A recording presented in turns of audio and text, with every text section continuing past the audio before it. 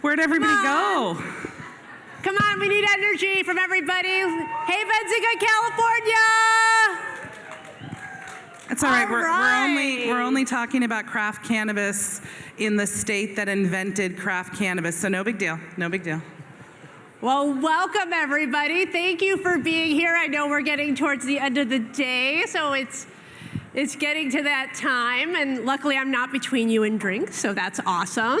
All right, well, welcome to our this is more of a fireside chat. We're gonna be talking about how the local farm cultivators can compete with the big corporate giants. My name is Lori Parfit, and I am your fractional CMO in the cannabis space. I hail from Chicago, Illinois. I got in last night. I leave first thing tomorrow morning. Excited to be here. I have a company called LKP Impact Consulting, and we work with brands, operators, technology, and ancillary services within cannabis on marketing. And with that, I will have my panelists introduce themselves. Scott, why don't we start with you? Yeah, thank you.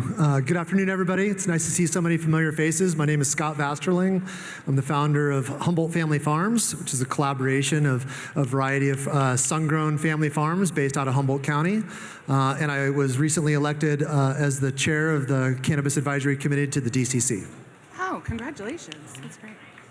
I'm Catherine Sidman. I'm not a cultivator, but I'm the best friend a farmer ever had, because you know what I am? I'm a custy. Who's a customer in here? No, okay. I don't know, Scott. Not a lot of customers here. They're probably out buying weed. My background is in laboratory equipment sales. I'm a technical salesperson in my career. Started selling laboratory equipment to cannabis in like 2011.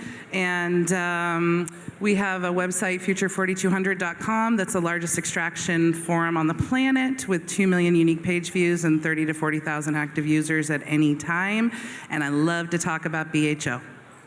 But today we're going to talk about family farms, and it's going to be awesome. We are. Thank you so much for those amazing introductions. So let's give our panelists some information here. So how many people here are cultivators? Nice. Manufacturing?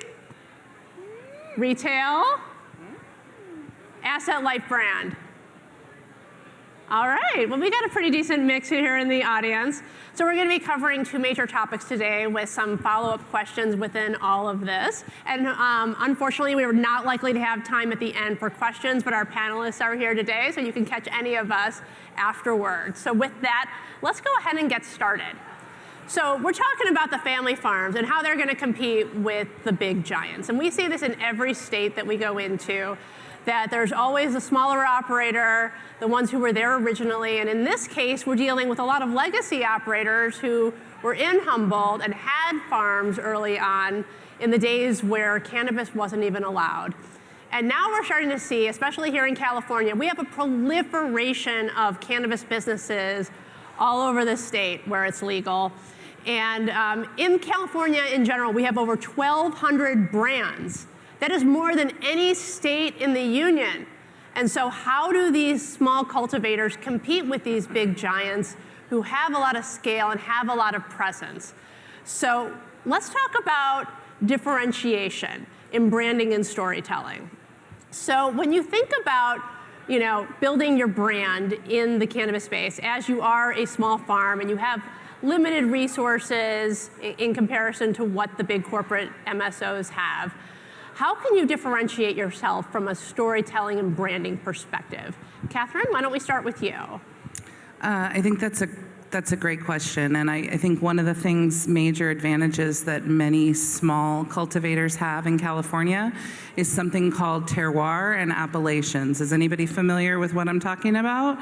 A couple. Okay, so what we're saying is that if you want to have champagne that has to be made in the Champagne region of France, and we thank you, Frenchy Cannoli, for really being a champion of this concept, right, for cannabis producers. There will be a day when the cannabis that's produced in the Emerald Triangle in California is the most sought-after cannabis on the planet. Nobody's gonna call it outdoor, friends. They're gonna call it sun-grown, and it's gonna be fire, and everybody's gonna want it, and that is when we're gonna really see the needle move for these farmers, because they have an identity in the place where they are, and they can grow weed because of the climate and the elevation and the weather and all of their decades of experience, generations of experience even, and getting those stories out. And right now, the saddest thing in the whole world is that most of that weed is getting sold in bulk for $250 a pound and turned into distillate or whatever's inside a Jeter, I don't really know. One day, that will be a premium product, and it's when we're going to be able to ship that across state lines.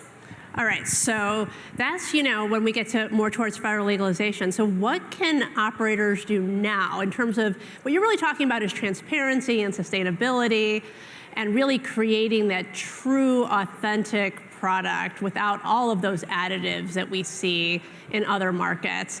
Can you give us some perspective on how operators and cultivators right now can differentiate themselves from that perspective to make sure they can be successful until we start seeing federal legalization? That question has Scott written all over it, in the DNA all right, of Scott, it. why don't we go with you on that one? Yeah, I don't see it as a competition versus the big MSO corporations, right? We're different. We do the best we can every single day that we're on the farm. We're creating a pathway, in this example with Humboldt Family Farms, for these small family farmers to get through a supply chain that is really corporate, right? It's been very humbling for me to work with some of these operators that have fantastic, the strains, the farming knowledge and power and history that they have at their farms, but they don't know how to make an invoice. And so for me to be able to, and my team and my background, I worked for a Fortune 100 health and wellness company for about 20 years. And so I have a business background that lends to these small farmers. I married into a second generation cannabis family. We ran a farm to table cafe up in Trinidad, California, if any of you have ever been up there before, for almost 20 years. And so the relationships that we built with our farming community, we're now supporting them by purchasing their cannabis versus purchasing their tomatoes and peaches, right? But we're still crafting a menu. And so I think what we're trying to do is create a professional way for the supply chain with authentic stories from our farmers, but also every step of the way from the farms to co-packer to our distribution to our retailers. They all have to believe in the products and the farmers and the stories that these farmers are telling in order to support the products at retail. And right. if I could add on to that, I think something that Humboldt Family Farms has done really well is creating a platform where this is, all of the things, right? The co-packing, the testing, the invoice, right? All of those things, and then allowing that platform to be used by multiple family farms. And so now we have some synergies developing. Now we have some teamwork developing. Now we have a broader range of SKUs. We have a broader range of genetics. We have a broader range of products. And so having them under an umbrella with some structure underneath is, I think, the golden ticket to what we're talking about. So what I hear from you is really more like building a cooperative almost. So I come from the grocery industry, and I was telling you guys this backstage. I used to work for a cooperative where we would aggregate the volume of regional grocery chains all across the country so they could compete with the likes of Walmart and Target and Kroger from a pricing perspective. And in this case, what you're doing is you're saying, okay, we don't have the scale of the MSOs or the large corporate entities, but we can come together as a community, as local farmers, and really help each other develop our supply chains, develop our branding and storytelling, and creating that atmosphere where we can all be successful together. So how do you see— I think we do have the scale, though. And the thing is that we can collaborate with additional farms to build scale. We have a single platform that we can continue, and that's where I think, that's something that is a little bit different. Talking to a lot of these farmers, they have a 10,000 square foot footprint. Is that a brand? It depends on who your customer base is that you're trying to supply to. Is it one or two local dispensaries, and is that your footprint? And the challenges that some of these farmers face is with branding and marketing and things on a larger scale, or we just scale by, we bring on another family farm. Or if we're having some challenges, we can offboard. Or if a farm's having a challenge, then we can navigate it that way. So I think that we absolutely have a pathway for scale, which is a little bit unique in the model that we've developed with Humboldt Family Farms. But to Lori's It is a point, pathway for scale. It's about how do you bring them together to create that scale. That's how you create the cooperative. Is to Lori's you point, bring everybody together. can you scale craft? 100% we can through this But with model. multiple brands, with multiple farms, you can. But can you scale craft? Can I go buy 10 acres in the desert and get some tractors and make craft cannabis at that kind of scale? I would say you have to bring it together. You have to create those communities, create those entities, bring that scale together so you can be successful as a community. So in certain states, we see reciprocity models. We see operators coming together and saying, hey, let's all work together. We'll buy from you, you buy from us, and it works out well. In California, have you seen any of those reciprocity models really be successful in your area?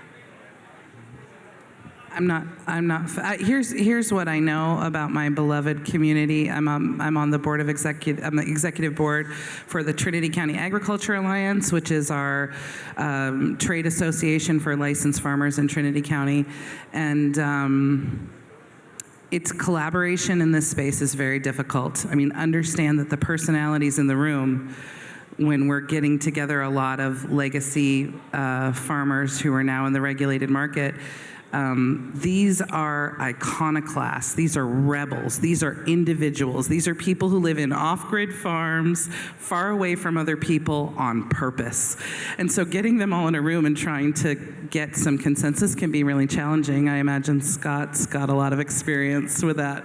Yeah, it's like herding cats. Yeah, for sure. So how do you get them to come together? So you have different personalities, you have different types of operations. Everybody kind of wants to be a maverick in their own brand, their own product. How do you get them to come together and work together so that the industry is lifted up? I think that's a good question. I think it's it can be challenging, but I think it's building trustworthy relationships over time.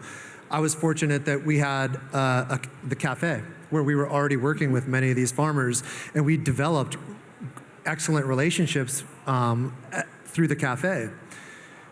We also have history and the culture of, I'll meet you next Saturday on the dirt road 7 miles down, and it's a handshake, and they're passing off, product, and then at 1 o'clock next Saturday, I'm there. And so over many, many generations, that trust has been built. And so I think also taking the responsibilities of sales and marketing and all that goes on to having a brand at retail off of the farmer's plate, and let the farmers produce the best quality product they can on the farm, and then celebrating them through brand and telling their stories. I'm not Humboldt Family Farms. Like, all the farmers that we're working with in Humboldt are Humboldt Family Farms. And it's telling those stories and the history with, like, Nick, first childhood memory, he was 3 years old, helicopters landing on his dad's property, arresting his dad, cutting down the plants. He saw a first memory. He's 48 years old now. All he's ever done is cultivate cannabis. So when you talk about the person that can navigate Mother Nature from season to season with the best quality product, that's who I want a part of our group. And Amy Newcomb, who is 80% food farm, supplied our cafe, 20% cannabis. And now she's not 100% committed to just cannabis. She's well diversified. So the pressure on me isn't to move 2,000 pounds of her product. She's got a smaller farm, and it's easier to move it through the supply chain. And she goes, fantastic, cannabis as well. So it's really allowing your cultivators to focus on their strengths and lean into their strengths and not worry about their opportunities. Like, there's a thought process behind that that says, we spend our lives saying, okay, we have to work on our opportunities, work on our weaknesses. At the same time, if you spend too much time doing that, you kind of become mediocre at everything.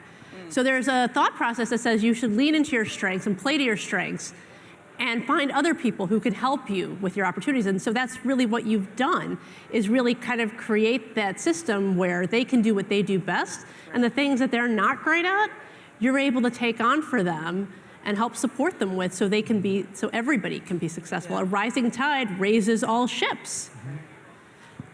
That's right. And so far, I feel like it's been really successful with our partners at retail. That's a critical component to it. Doing a lot of the live events where we can speak directly to the consumers to build loyalty and tell the stories of these farms in front of, Outside Lands audience, the California State Fair, which is a phenomenal experience. I personally go in and do PADs at my retailers because I want to hear directly from the customers themselves what their experience is, or why do they choose certain brands or strains or whatever. Like, that's a really good experience for me then to take back to the farmers and take back to the brand to say, hey, we need to lean more into a specific SKU or a specific strain or something like that. And so how do you get these local farmers to get on board with some of the recommendations that you're making? That's another great, sometimes I have to go to a different farmer. The farmers are currently, what I love about working with the farmers that we do is I encourage them to grow strains and things that they personally love. Because I think that the passion behind the cultivation of the strains that they love is easily translatable through the supply chain. And it does sometimes get down to like the telephone game where sometimes it doesn't, like there's a very transitional workforce at the retail level. And so it's constant education about what we're doing with the retailers. But our distributor, Nabis, believes in us, and so do the retailers that we're working with, and that's been a huge help. Wonderful. So it's really about getting the farms to get on board with the plans, finding the right people to do the right things at the right time. Well, and then retail. I mean, I just can't state strongly enough the crisis of retail that exists in California. Less than 50% of all jurisdictions have retail cannabis. Access is a problem. If you live somewhere where there are licenses for retail, you probably don't think so, but go look at a map and see how less than half of the municipalities, counties, cities, whatever, have retail. And if you do shop at retail and you do have a retailer, you can move the needle for Humboldt Family Farms by going in and saying, do you have any sun-grown cannabis? Do you have any cannabis that's grown, we can't really say organically, but organically. There's an OCAN certification, but do you have any certified, is it clean? Is this from a family farm? Is this from a small farm? Is this grown outdoors? Is this grown in the sunshine? Is this grown with water? As consumers, we can move the needle because the dispensary wants to sell what you want to buy. Humboldt Family Farms will never have the highest THC weed, but if you know anything about cannabis, that's not what gets you high. That full spectrum sun-grown experience is quality weed. We need more of it, and we need more people asking for it at retail. I couldn't agree with you more. So overall, it's really about bringing local farmers together, helping create that scale, allowing them to focus on what they do best, taking on the areas where they're not as strong so that they can be successful overall, and then being able to drive that into retail and engage and inspire consumers so they continue to buy the local brands versus some of the other more mass-produced product. All right, well, we are at the end of our panel. That went incredibly fast. And so I'd love to ask both of my panelists, if there's one thing you can leave the audience with, what would it be? Catherine, let's start with you.